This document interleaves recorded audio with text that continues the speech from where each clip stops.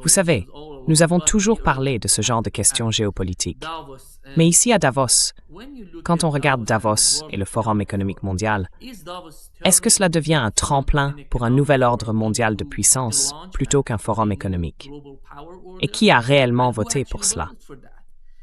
Quand Donald Trump parle de paix, il me semble qu'il ne parle pas vraiment de mettre fin aux guerres. Il parle d'organiser le monde en blocs militaires rivaux. Quelle est votre compréhension de cela?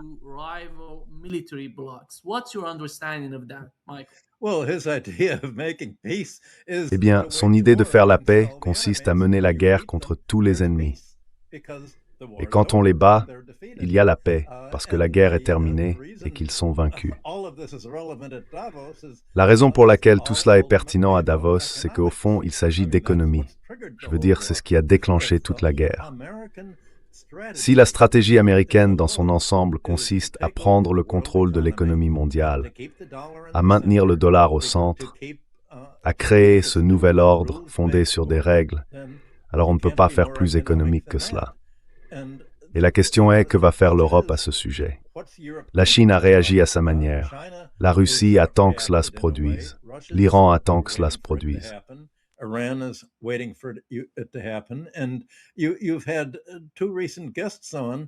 Et vous avez récemment reçu deux invités qui ont fait un excellent travail en expliquant l'importance stratégique du Groenland dans tout cela. Vous avez eu John Hilmer et mon ami Craig Robert qui ont expliqué que la question ne concernait pas vraiment les terres rares ou les minéraux, car ces minéraux se trouvent sous 1 kilomètre de glace et de glaciers, et qu'on ne pourra pas y accéder avant longtemps.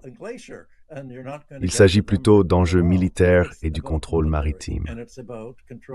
Et il ne s'agit pas seulement de prendre le contrôle du Groenland comme 51e État, mais comme l'a souligné l'ambassadeur des États-Unis en Islande, aussi de faire de l'Islande le 52e État.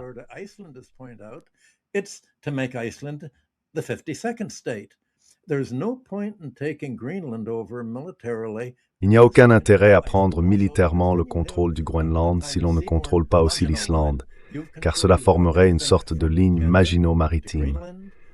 On aurait tout, du Canada au Groenland, à l'Islande et à la Norvège alignés, ce qui bloquerait l'accès de l'Atlantique Nord à l'océan Arctique. Et bien sûr, toute l'idée de la fonte de l'océan Arctique est de permettre le transport afin que l'Europe n'ait plus à contourner ni l'Afrique du Sud, ni la pointe de la Patagonie en Amérique du Sud. Elle pourrait simplement passer de l'Atlantique au Pacifique par l'Arctique. C'est cela que Trump veut bloquer, tout comme il a voulu bloquer l'investissement chinois dans le port du canal de Panama.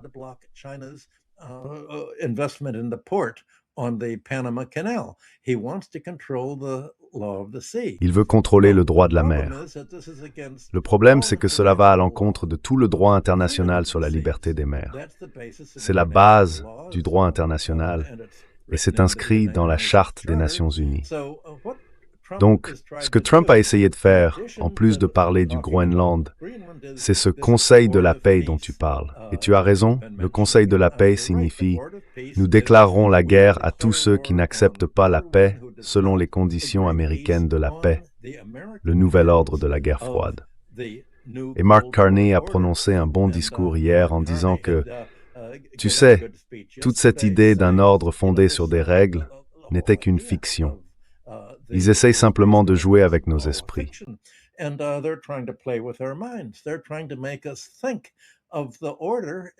Ils essaient de nous faire percevoir l'ordre comme quelque chose qui sert uniquement les États-Unis, sans vraiment reconnaître que cela renverse l'ensemble du droit international. Non seulement ce qui a été inscrit dans la Charte des Nations Unies en 1945, mais aussi tout ce qui remonte au traité de Westphalie de 1748 et au principe de souveraineté nationale. On peut donc examiner le discours de Trump, ainsi que ceux des autres présents, qui disaient « Nous voulons vraiment annuler toute référence à la souveraineté nationale ». Eh bien, la question est, que va faire l'Europe à ce sujet?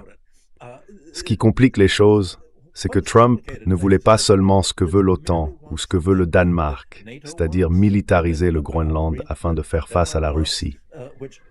Le Danemark est tout aussi anti-russe que l'Allemagne et la Grande-Bretagne.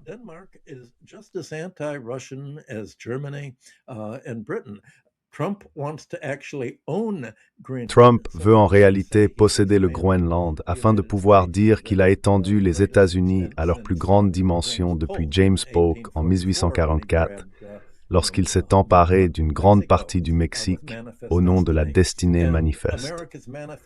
La destinée manifeste de l'Amérique s'était déjà étendue jusqu'à l'Asie lors de la guerre hispano-américaine, quand elle affirmait « Eh bien, nous avons besoin des Philippines comme partie de la destinée américaine pour contrôler les mers. Nous avons besoin de Hawaï pour contrôler le Pacifique. » Ainsi, tout ce contrôle maritime vise à compléter la guerre menée par l'Amérique contre l'initiative La Ceinture et la Route de la Chine, qui cherche à intégrer l'Eurasie entre elle et avec la Chine.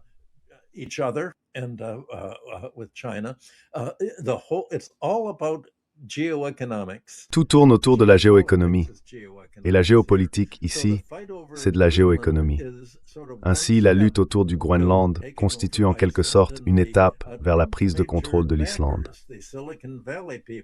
Les principaux soutiens de Trump, les gens de la Silicon Valley, voient l'Islande non seulement sous un angle militaire, mais aussi comme une immense source d'énergie grâce à son eau chaude volcanique. Je crois qu'il y a environ une dizaine d'années, l'Islande a loué son énergie volcanique dans le nord à des entreprises d'aluminium pour le raffinage, puisque l'aluminium est essentiellement produit à partir d'électricité, et elle n'a absolument rien obtenu en échange. Les entreprises d'aluminium ont déclaré « Nous allons employer quelques Islandais là-bas ». Je crois que 7 ou 8 Islandais ont été employés.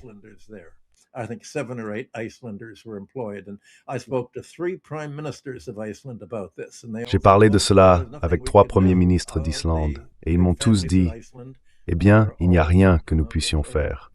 Les grandes familles d'Islande sont toutes très pro-américaines. C'est donc vraiment ce qui complique tout. Si l'Europe renonce au Groenland, elle renoncera aussi à l'Islande. C'est essentiellement dire « Nous allons bloquer l'accès de la Russie à la mer, non seulement son accès à l'Arctique, mais aussi son commerce avec Cuba, le Venezuela et l'Atlantique, ainsi que son accès à la mer Baltique, où ils saisissent déjà des pétroliers. La saisie de pétroliers est techniquement un acte de guerre. Si une entreprise privée saisit un pétrolier, c'est de la piraterie. Si un gouvernement saisit un pétrolier, c'est un acte de guerre.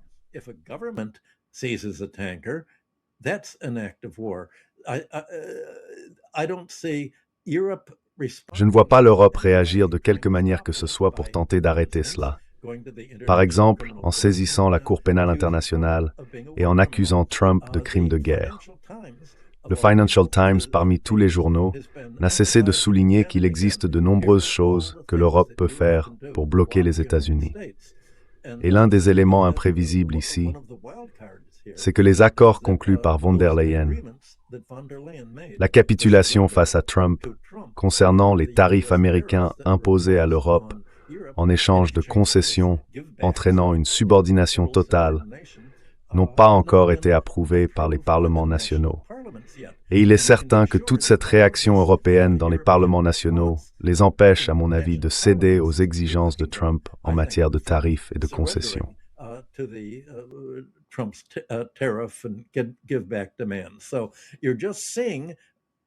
Donc, on assiste simplement à une prise de conscience européenne. Du genre, peut-être devrions-nous commencer à faire ce que nous avions menacé de faire en réponse à Trump. Peut-être devrions-nous commencer à taxer les entreprises américaines d'Internet, Google et Facebook, de la même manière que nous taxons les autres entreprises. Peut-être ne devrions-nous pas accorder d'exemptions spéciales aux États-Unis. Il y a toutes sortes de choses que l'Europe peut faire. Mais pour commencer, avant tout cela, le chef de l'OTAN, Rutte, avait rédigé une note incroyable pour flatter Trump, disant « Vous savez, je suis avec vous. Ce que vous faites au Groenland est formidable. Il faut qu'on parle dès que vous arriverez à Davos. »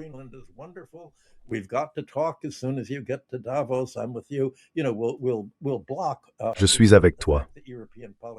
Tu sais, nous allons bloquer le fait que les politiciens européens ne voudront peut-être pas de cela. La plupart des politiciens européens sont vraiment assez silencieux. Et les journaux, le Financial Times et d'autres, disent « Eh bien, peut-être qu'ils discutent entre eux de ce qu'il faut faire. » Mais c'est vraiment l'épreuve de force. Et comme tu viens de le souligner, le Conseil de la paix de Trump, c'est essentiellement cela. Il veut qu'il remplace le groupe des 7, qu'il remplace véritablement les Nations Unies.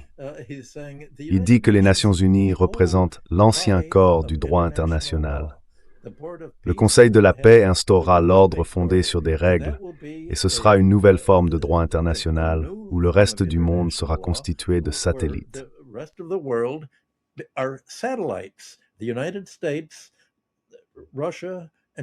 Les États-Unis, la Russie et la Chine sont vraiment les trois puissances. Et la stratégie de sécurité nationale a déclaré qu'il fallait reconnaître l'Inde et bien sûr le Japon.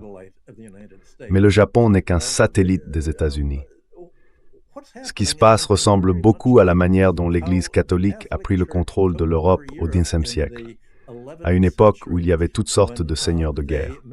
Elle voulait soumettre l'Allemagne et conquérir le christianisme oriental à partir de Constantinople, mais elle ne disposait pas d'armée. Elle a donc conclu des accords, d'abord avec Robert Guiscard en Sicile et dans le sud de l'Italie, puis avec Guillaume le Conquérant.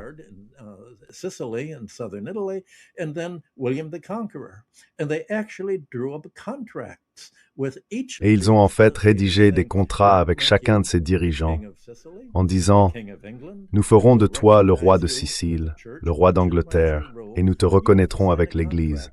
Nous légitimerons ton règne. Mais tu dois signer un contrat, et tu dois nous donner le contrôle de toutes les finances des terres de ton Église là-bas. » L'Église était le plus grand propriétaire foncier et le principal centre économique ainsi que social de l'Europe. Et l'argent que tu collectais pour le denier de Saint-Pierre, les contributions destinées à soutenir les pauvres, au lieu d'être consacrées aux dépenses sociales, tu devais tout envoyer à Rome. Guillaume le Conquérant a signé et Robert Guiscard a signé. Et cela est essentiellement devenu un modèle qui a transformé d'autres pays en satellites, d'abord de Rome.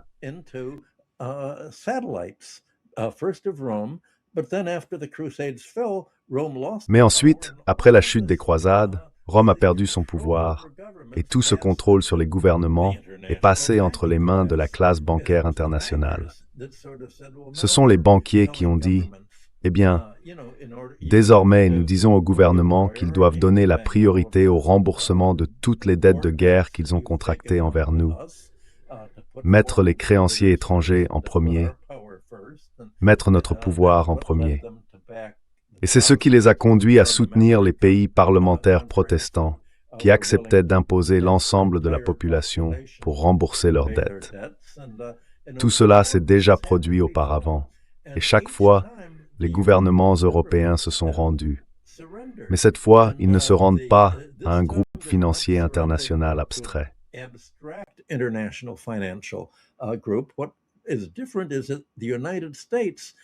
Ce qui est différent, c'est que les États-Unis veulent contrôler le système financier international lui-même, le système commercial international, les investissements internationaux, voire le droit de la mer.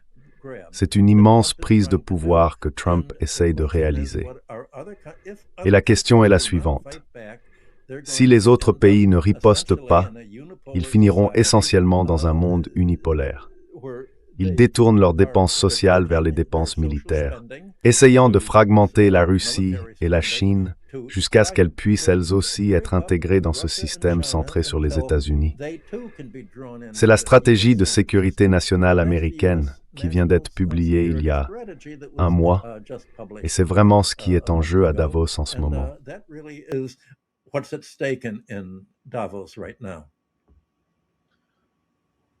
Richard, lance-toi.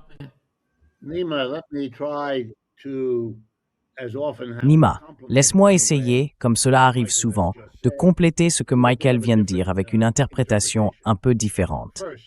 D'abord, moi aussi j'ai été frappé par la déclaration de Rutte, car elle m'a montré que dans chaque capitale européenne, et je parle bien de chaque capitale européenne, les dirigeants essayent de comprendre dans quelle direction souffle réellement le vent, et s'il est sûr ou non de se détacher des États-Unis.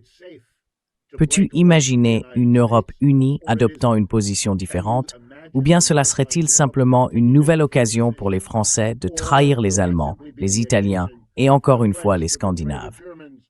Ils n'ont toujours pas réussi à surmonter les conséquences du traité de Westphalie.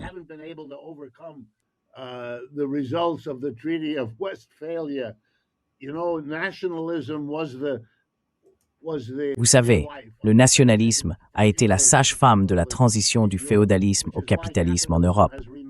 C'est pourquoi le capitalisme est resté si attaché à la mentalité nationale et au cadre national de compréhension, bien après que cela n'ait plus beaucoup de sens en raison du développement économique.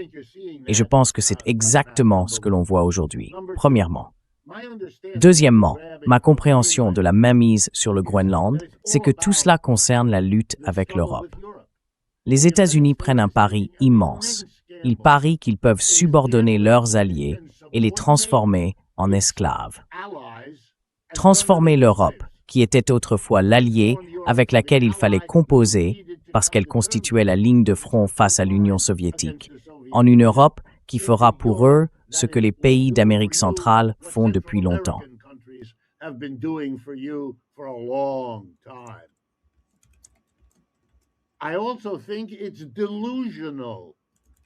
Je pense aussi que c'est délirant.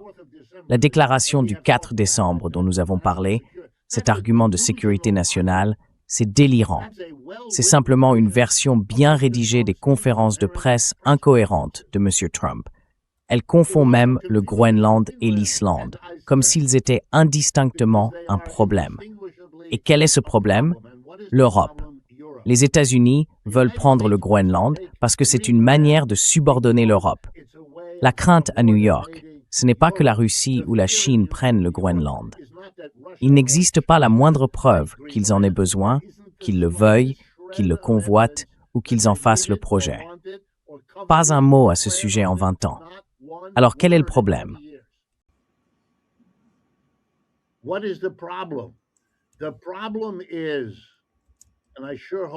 Le problème, et j'espère bien que mes amis en Europe m'écoutent, c'est que le problème pour les États-Unis, c'est que l'Europe pourrait enfin faire quelque chose à propos du Groenland. Que l'Europe dise, nous allons exploiter l'énergie disponible là-bas et nous allons récupérer les terres rares ou tout ce que nous pourrons trouver sous la glace qui fond. Ils ne veulent pas que cela revienne à un autre pays. Et ils n'ont rien à perdre, car plus les États-Unis se montrent menaçants, plus ils dépensent des milliards pour intimider le Groenland, meilleur sera l'accord conclu par la société de Cobalt, une entreprise qu'il faudrait examiner de près, qui investit depuis des années au Groenland et dont certains des principaux actionnaires sont des entreprises de la Silicon Valley.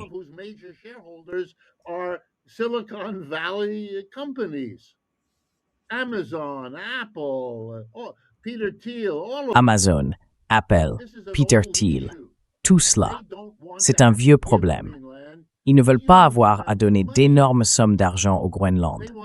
Ils veulent que le gouvernement américain utilise l'argent des contribuables pour intervenir et faire suffisamment de bruit afin d'obtenir un meilleur accord. Plus de bases pour l'armée américaine, plus d'investissements, des frais moins élevés à payer, moins de Groenlandais à embaucher. C'est un très vieux jeu consistant à utiliser l'argent public pour subventionner des entreprises privées rentables. Et dans ce cas, avec l'objectif supplémentaire d'éviter d'impliquer les Européens, car cela rendrait simplement le tout plus coûteux. Et ils ont déjà dû renoncer à l'un de ces aspects. M. Trump a déclaré qu'il n'utiliserait pas la force militaire. Eh bien, c'est un problème. Il ne l'avait pas dit auparavant.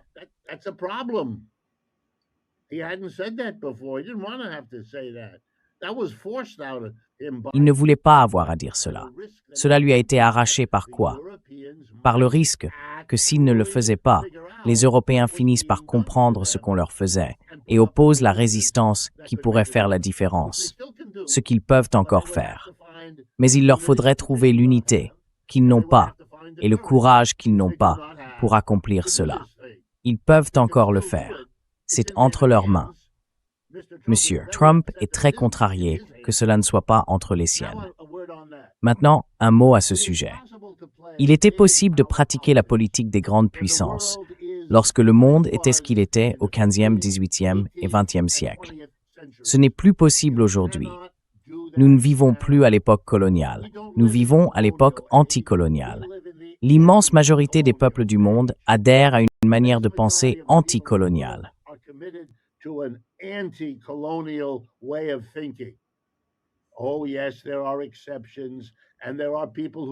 Oh oui, il y a des exceptions, et il y a des gens qui utilisent ce langage à leur propre avantage. Bien sûr, toujours. Mais c'est ainsi. Et si vous essayez de mener une activité coloniale à une époque marquée par un sentiment anticolonial, vous allez échouer. Non seulement vous allez échouer, mais vous finirez par faire des choses qui contribueront à votre échec.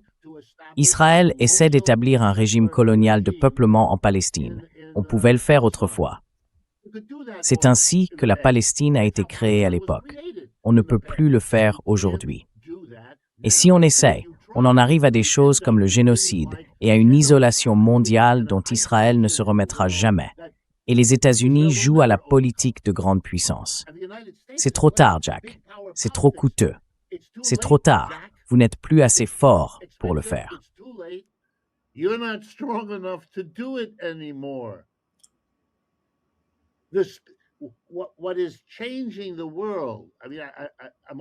Ce qui est en train de changer le monde, je veux dire, j'exagère un peu, mais je veux souligner le propos. Ce n'est pas une rupture créée par M. Trump. Avec tout le respect que je lui dois, et j'en ai pas beaucoup pour M. Carney, mais le fait qu'il dise qu'il vient de comprendre que les 50 dernières années ont été une vaste arnaque mondiale signifie simplement qu'il a enfin réalisé ce que 50 ans d'analyse marxiste du néolibéralisme avaient déjà expliqué bien mieux que tout ce qu'il a jamais dit ou écrit. C'est encore un de ceux-là. Vraiment en retard, mon vieux, pour comprendre. Mais ce qui bouleverse le monde, ce n'est pas M. Trump. Ce qui bouleverse le monde, c'est l'évolution du capitalisme, qui passe du modèle privé que nous avons en Occident à la version hybride, à la fois privée et étatique, que l'on trouve en Chine. Le socialisme, si vous voulez, les Chinois ont tout autant droit à ce terme que n'importe qui d'autre.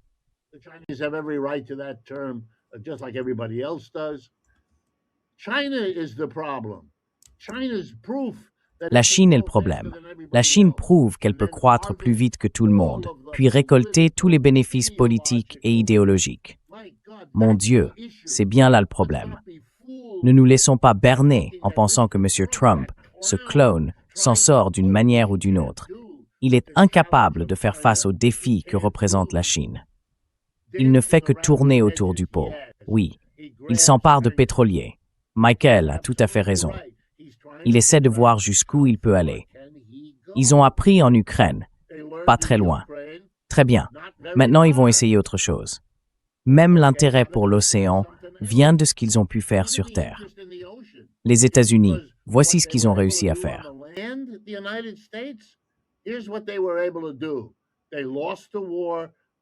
Ils ont perdu la guerre du Vietnam. Ils ont perdu la guerre en Irak. Ils ont perdu la guerre en Ukraine. Vous savez quoi? Ça fait beaucoup de défaites. Des centaines de milliers de soldats américains n'ont pas résolu le problème. Ce ne sont pas les bottes sur le terrain, Jack, c'est la Chine et tout ce qu'elle représente. Le cœur de la croissance économique s'est déplacé de l'ouest vers l'est. Voilà le problème. Et tant que vous n'aurez pas élaboré un plan pour y faire face, et les États-Unis n'ont même pas commencé à le faire, vous, pardonnez-moi, ne faites que tourner autour du pot. Pourriez-vous provoquer une guerre mondiale? Bien sûr. Faut-il prendre cela au sérieux? Oui, et c'est ce que nous essayons de faire dans cette émission.